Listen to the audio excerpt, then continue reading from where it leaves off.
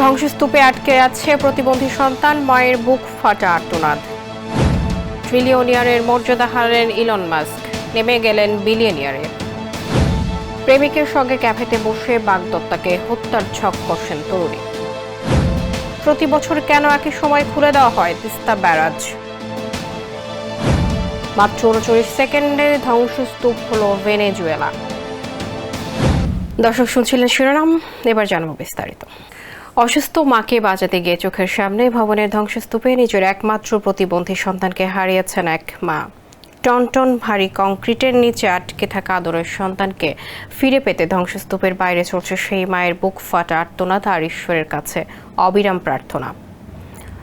Bolivarian national পুলিশের ঊর্ধ্বশ্বাস উদ্ধার অভিযানের মাঝে সন্তানকে জীবিত ফিরে পাওয়ার এক অলৌকিক আশীর্বাদের অপেক্ষায় প্রহর গুনছেন এই নারী। হৃদয় বিদারক এই ঘটনার বিস্তারিত দেখুন প্রতিবেদনে। যতক্ষণ না আমি আমার মেয়েকে ফিরে পাচ্ছি, আমি শান্ত হতে পারছি না। ধসে পড়া ভবনের সামনে দাঁড়িয়ে এভাবেই বুক ফাটা আর্তনাদ করছেন এক অসহায় মা। অসুস্থ মায়ের একটা আবদার মেটাতে প্রয়োজনীয় জিনিস আনতে গিয়েছিলেন তিনি, কিন্তু কে জানতো মাত্র কয়েক সেকেন্ডের ব্যবধানে তার সাজানো পৃথিবীটা উলটপালট হয়ে যাবে।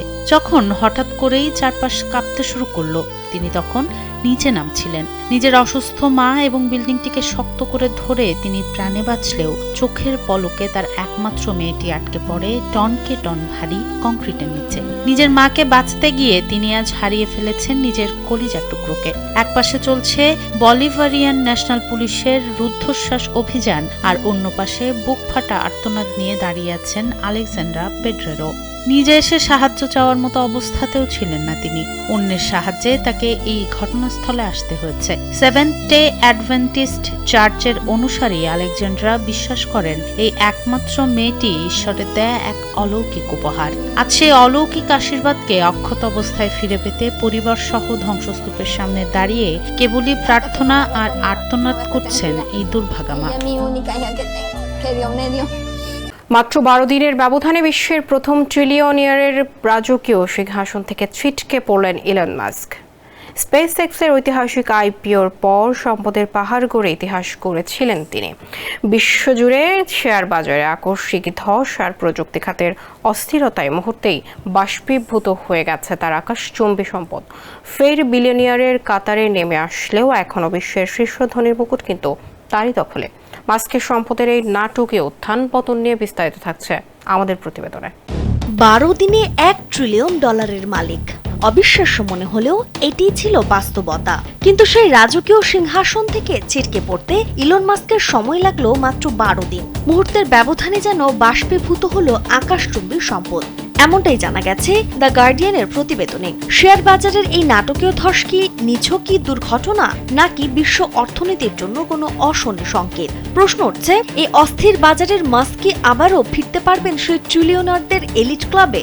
সবকিছুর সূত্রপাত ঘটে 12 জুন, যখন মহাকাশযান নির্মাতা প্রতিষ্ঠান স্পেস এক্স ঐতিহাসিক আইপিও বা প্রাথমিক গণপ্রস্তাব বাজারে আনে। $75 বিলিয়ন তহবিল সংগ্রহের সেই রেকর্ড গড়া আইপিও মাস্কের সম্পদকে রাতারাতি $1 ট্রিলিয়ন পৌঁছে দেয়। বিশ্বের প্রথম ট্রিলিয়নিয়ার হিসেবে ইতিহাস করেন তিনি, কিন্তু সেই সুখ স্থায়ী হয়নি।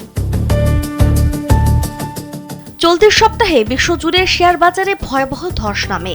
মার্কিন কেন্দ্রীয় ব্যাংকের সুদের হার বৃদ্ধির আশঙ্কা বা এআই প্রযুক্তি ঘিরে তৈরি হওয়া বাবল বা ধসের ভয় পুঁজিবাজারকে অস্থিতিশীল করে তোলে।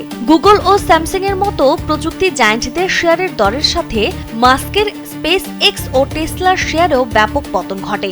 এতে ট্রিলিয়নিয়ারের মর্যাদা হারিয়ে তিনি আবারও বিলিয়নিয়ারের স্তরে নেমে আসেন। বর্তমানে ফোর্বসের তথ্য মতে তার নিট সম্পদ $970.2 বিলিয়ন। মাস্কের এই বিপুল সম্পদের মূল ভিত্তি মূলত টেসলা, স্পেস এক্স এবং এআই ভিত্তিক বিভিন্ন উদ্যোগ। এগুলো সরাসরি নগদ অর্থ নয়, বরং শেয়ারের মূল্যের ওপর নির্ভরশীল। যদিও ট্রিলিয়নিয়ার পদবি হারিয়েছেন, তবুও তিনি এখনও বিশ্বের শীর্ষ ধনী। তার নিকটতম প্রতিদ্বন্দ্বী গুগলের সহ প্রতিষ্ঠাতা ল্যারি পেজের মোট সম্পদ যেখানে $284 বিলিয়ন, সেখানে মাস্ক এবছর নিজের সম্পদে $338 বিলিয়ন যুক্ত করেছেন। অর্থাৎ একক বছরে তিনি ল্যারি পেজের মোট সম্পদের চেয়েও বেশি আয় করেছেন।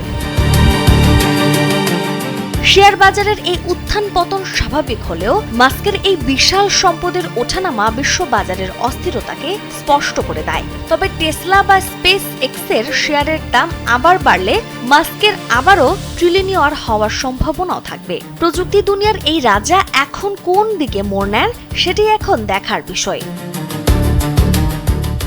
নাজমুন নাহার উসবা, কালবেলা। প্রেমিকের হাত ধরে পালিয়ে গেলে পরিবারের সম্মান নষ্ট হবে, আর তাই ক্যাফেতে বসে কফি খেতে খেতে হবু স্বামীকে হত্যার ভয়ঙ্কর ছক কষলেন এক তরুণী। ভারতের মহারাষ্ট্রে ঘটে যাওয়া এই চাঞ্চল্যকর ঘটনায় পাহাড় থেকে ধাক্কা দিয়ে নিখুঁত খুনের নাটক সাজিয়েছিলেন ওই নারী। দুর্ঘটনা বলে চাপিয়ে দিলেও শেষ রক্ষা হয়নি তাদের। একটি ছোট্ট সিসিটিভি ফুটেজ আর প্রযুক্তির সূত্র ধরে ফাঁস হয়ে যায় প্রেমিক জুটির এই রোমহর্ষক হত্যার আসল রহস্য। বিস্তারিত থাকছে প্রতিবেদন। প্রেমিকের সাথে পালিয়ে গেলে পরিবারের সম্মান নষ্ট হবে, তাই হবু স্বামীকে খুন করায় সবচেয়ে ভালো সমাধান।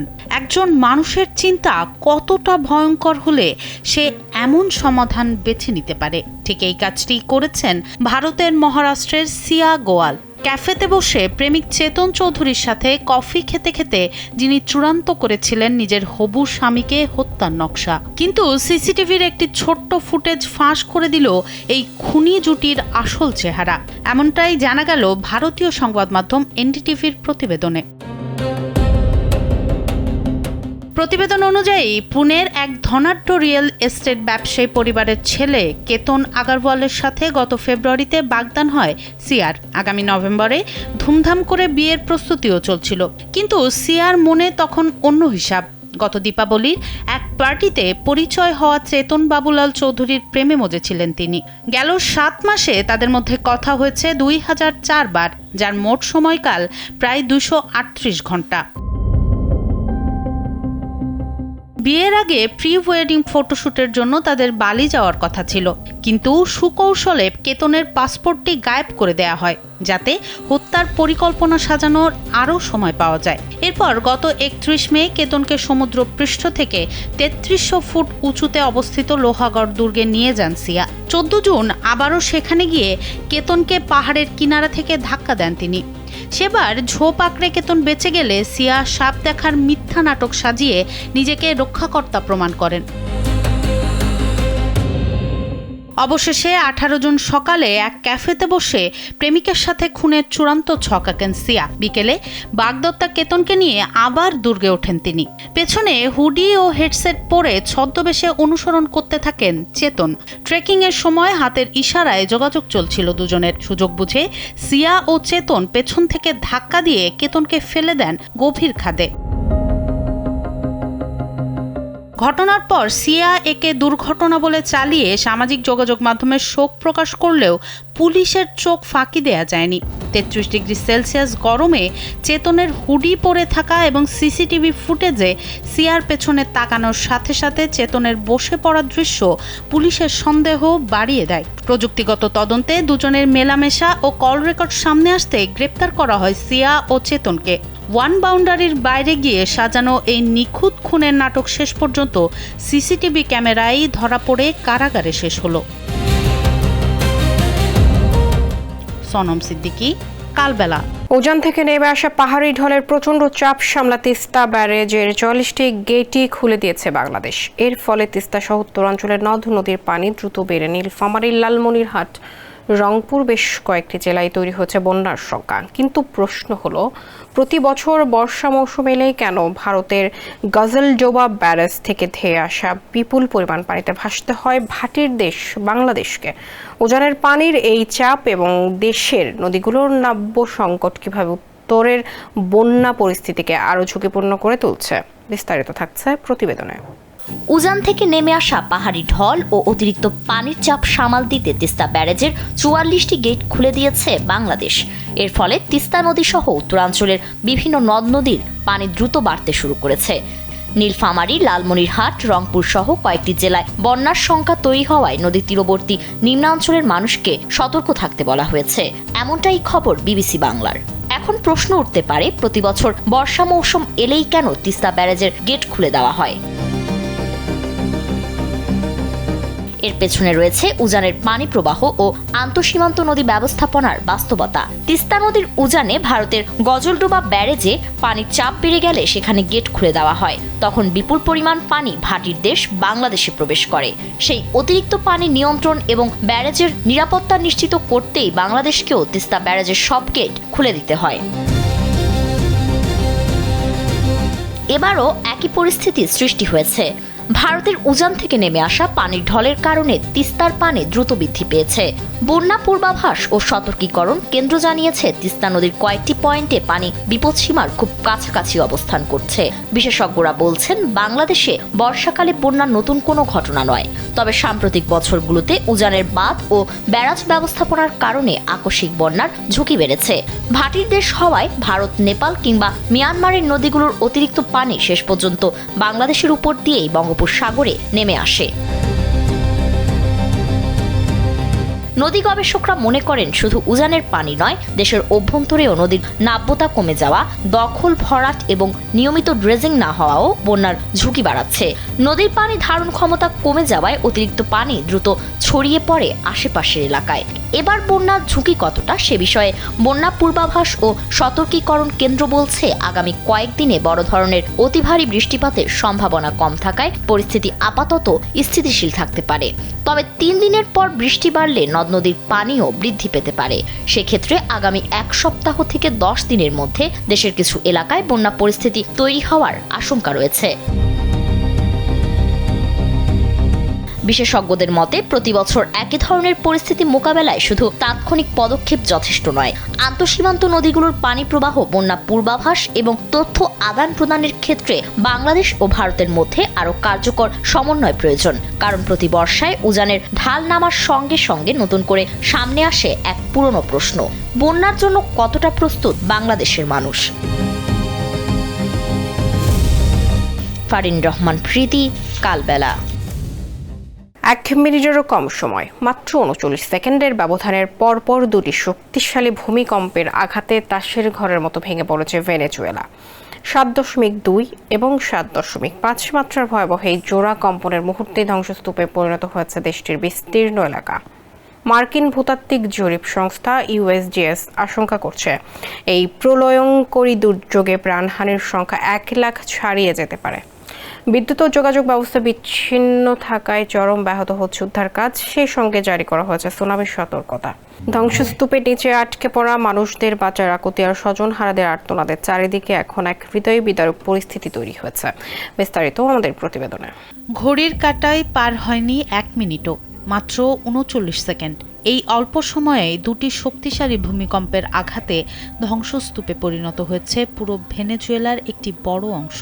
পরিস্থিতি কতটা ভয়াবহ তা আন্দাজ করে মার্কিন ভূতাত্ত্বিক জরিপ সংস্থা USGS যে সতর্কতা দিয়েছে তা শুনলে শিউরে উঠতে হয়। তাদের দাবি, এই দুর্যোগে প্রাণহানির সংখ্যা ছাড়িয়ে যেতে পারে 1 লাখের ঘর।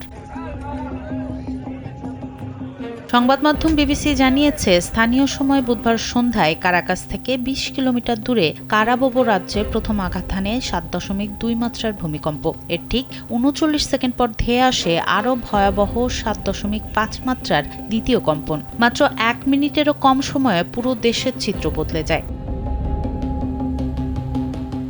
ভূমিকম্পের সময় রাজধানী কারাকাসে মুহূর্তের মধ্যে তাসের ঘরের মতো ভেঙে পড়েছে একের পর এক ভবন। ধুলোর আস্তরণ ভেদ করে আসছিল বুক কাঁপানো আওয়াজ, আর ধ্বংসস্তূপের নিচ থেকে ভেসে আসা শত শত মানুষের গোঙানি আর বাঁচার আকুতি। উদ্ধারকর্মীরা ভারী যন্ত্রপাতি নিয়ে যখন কাজ করছেন, তখন তাদের চোখের সামনে কেবলই লাশের সারি আর স্বজনহারা মানুষের আর্তনাদ। আল জাজিরা, BBC ও রয়টার্সের প্রতিবেদনে উঠে এসেছে ভূমিকম্পের এই নারকীয় রূপ। অঞ্চলটিতে এখন যোগাযোগ ব্যবস্থা পুরোপুরি বিচ্ছিন্ন। বিদ্যুৎ নেই, জ্বালানি নেই, তার উপর প্রতি মুহূর্তে আসছে আফটার শকের আতঙ্ক। ভেনেজুয়েলা সরকার এখনো আনুষ্ঠানিক কোনো সংখ্যা প্রকাশ না করলেও USGS জানিয়েছে, ব্যাপক ক্ষয়ক্ষতির কারণে 10,000 মৃত্যুর সংখ্যা 44% এবং 1 লাখেরও বেশি মানুষের মৃত্যুর আশঙ্কা 30%। আল জাজিরা, বিবিসি ও রয়টার্সের তথ্য মতে যোগাযোগ ও জ্বালানি সরবরাহ বিচ্ছিন্ন হওয়ায় উদ্ধার কাজ ব্যাহত হচ্ছে। দেশটির স্বরাষ্ট্রমন্ত্রী সবাইকে নিরাপদ স্থানে সরে যাওয়ার আহ্বান জানিয়েছেন। মৃত্যুর এই মিছিলে আটকে পড়াদের বাঁচাতে এখন চলছে সময়ের সঙ্গে পাল্লা, চিকিৎসা ও ত্রাণ সহায়তা নিয়ে ভেনেজুয়েলার পাশে দাঁড়ানোর প্রস্তুতি নিচ্ছে আন্তর্জাতিক বিশ্ব।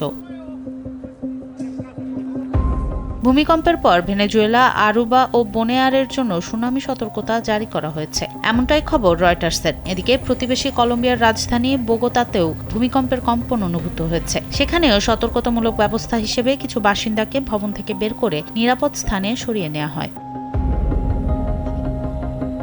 এদিকে ভয়াবহ ভূমিকম্পে ক্ষতিগ্রস্ত ভেনেজুয়েলার জন্য উদ্ধার সহায়তার প্রস্তাব দিয়েছে এল সালভাদর। দেশটির প্রেসিডেন্ট নাইব বুকেলে জানিয়েছে, পররাষ্ট্র মন্ত্রণালয়ের মাধ্যমে ভেনেজুয়েলাকে সহায়তার প্রস্তাব পাঠানো হয়েছে। বৃহস্পতিবার সকালে আল জাজিরার প্রতিবেদনে এ তথ্য জানানো হয়। সনম সিদ্দিকী, কালবেলা।